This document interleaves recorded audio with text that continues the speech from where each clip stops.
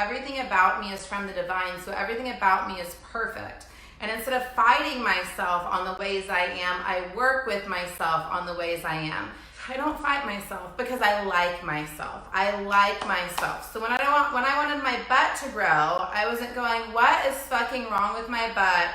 Are we ever gonna get there? What is this? I was looking in the mirror going, this is a completely different butt. It's like different. It's like different than it's ever been.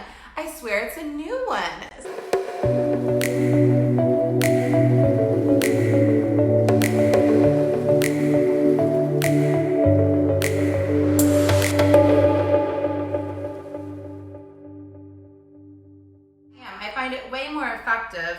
In business and money and everything to do the few strategic things that I feel working than to do a bunch of things that everyone said, right? So I just pulled an Amanda Francis and I found the butt workouts that worked for me, and then my butt grew. So that's how it happened. But what I want to talk to you about more than that is the foundation of where change comes from. Like, how do we create real lasting change in life? So my belief, and I've held this belief for years and years and years, is Carl Rogers, my favorite psychologist, said it this way. You may have heard me say this before. He said, the curious paradox is when I accept myself just as I am, then I can change. The paradox is when we accept ourselves as we are, then we can change.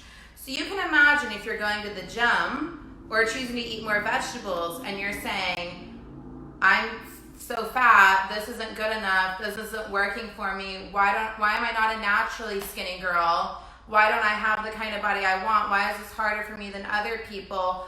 What's wrong with me? Why do I hate going to the gym? Or like whatever all of that is, I mean, I can just feel the energy of all of those feelings, and it's so heavy and it's so full of self-doubt and it's so full of self-hatred and self-loathing. That's not an energy that's going to manifest any good shit, right? But it's just like I've been teaching with many all these years. If I go around saying, why didn't I come from a rich family? Or I just don't come from a family like that. That's just not how I'm made. That's just not how we do things. I could say the exact same thing about body stuff. That's just not how I'm made. That's just not how I do things. But in reality, I can create anything, anytime in my body, my bank account, anywhere. I can create anything. And it's what I'm a match for. So personally, I go to the gym full of self-love. I go to the gym full of self-acceptance. And my affirmations are such that I believe that any action I do is not just logically successful or doesn't get logical results. It gets way better results than I could have imagined. So, like, I don't do squats because squats don't really work for me. But I wouldn't do squats going, maybe after a year you'll really be able to see the squat different. I would do the squats being like, ooh, that feels good. Oh my, I look at my body parts in the mirror when I work out, like looking at how good they look and telling myself how good they look. So that's like a manifestation for them looking good, because I believe they look good and I perceive them as looking good. Then I'm going to continue to perceive them as looking good, and then they're going to line up and look good. So to me, just like with business, like the action is fine, the action is great. I'm willing to do the action. Of course I am. I'll always show up and do the action. But it's so much more than the action. I think the reason I can show up boldly online with opinions that make people mad, show up boldly online, kind of debunking a lot of things that other people teach, show up online, showing my face, showing my outfit, showing my body. Like, I don't think I'm perfect. I don't think I'm perfect at all. I could totally like find areas that I don't think are looking good right now and like focus on them and be self-conscious and whatever. That's not the vibe. It doesn't matter what I want to change or what I will change or what I'm going to continue to change or the direction of growth I'm going, how much money I will make or how hot I will get. Like, I get to have all that, fine, whatever, create it, have it. But the truth is I like myself. I like myself. I like myself. And liking myself is a foundation that is unshakable when people say crazy shit. They can hurt my feelings. They can make me doubt for a moment, question myself, wonder. I had some things happen online last year that my body and my mind perceived as trauma. And some days when I sit down to write an email or sit down to do an interview, like I feel all the panic attack symptoms come up because my body and my mind go, that is not safe. So I get what it feels like to perceive something as not safe and to be scared.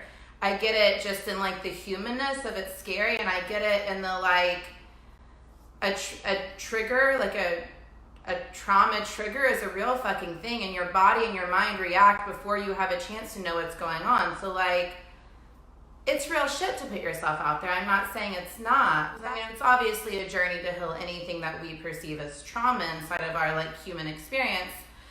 Especially if triggers are telling us we're unsafe. But I can say a year later, how life feels to me now is everyone loves me. I love to show up online.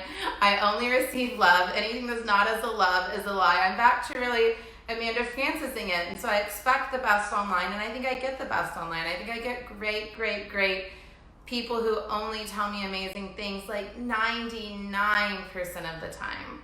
So, but even when I was really scared, like trauma scared, I didn't think there was anything wrong with me because someone else said something bad about me. I didn't think there was anything wrong with me because whatever noise or commotion I was hearing, because my default belief, this is like one of my core messages and core truths and core life principles, is I believe that everything about me is from the divine, so everything about me is perfect. And instead of fighting myself on the ways I am, I work with myself on the ways I am. Instead of going, Amanda, you're a fucking mess. You're such a night owl. You're always up till 3 a.m. What are you doing with your life? I just go, cool, you're a night owl. So you're creating schedules where you get to sleep in if that's what you need. Like, I work with me, not against me. And I don't believe I'm wrong for any way that I am. And then what happens is when I accept myself as I am, then I can change, right? And then you find yourself, I don't know, in this example, going to bed earlier and waking up earlier, maybe creating a schedule that was more conducive all along. So I don't fight myself because I like myself. I like myself. So when I wanted my butt to grow, I wasn't going, what is fucking wrong with my butt? Are we ever gonna get there? What is this? I was looking in the mirror going, this is a completely different butt. It's like different. It's like different than it's ever been. I swear it's a new one. So like, you know what I'm saying? So that gets easier as you see results. Just like with money, you're saying these money affirmations and nothing's changed yet, but then you make some money and things shift, and then you like know your affirmations are working, then it's easier to keep doing your affirmations.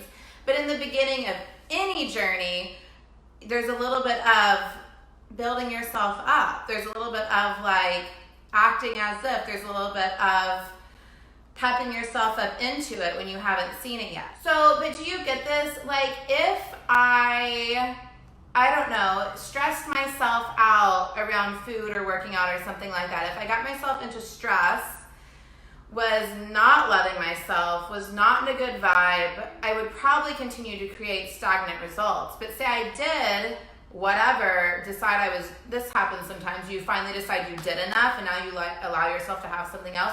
So say I didn't treat myself very well, but then I believed I had done enough to lose weight, and then I lost weight, but I wouldn't be fucking happy. And all of this is about being happy. So it's got to come back to always self-acceptance and love for yourself, and never a belief that doing something you hate is the only way to get what you want. You know what I mean? I'm kind of rewinding like 10 or 12 years now. Hold on, I have to think when that was. My God, I'm about to turn 34. Lord help us all. About 10 years ago, maybe 9. When I was like, first like, no, I think I'm gonna like try to get healthier here.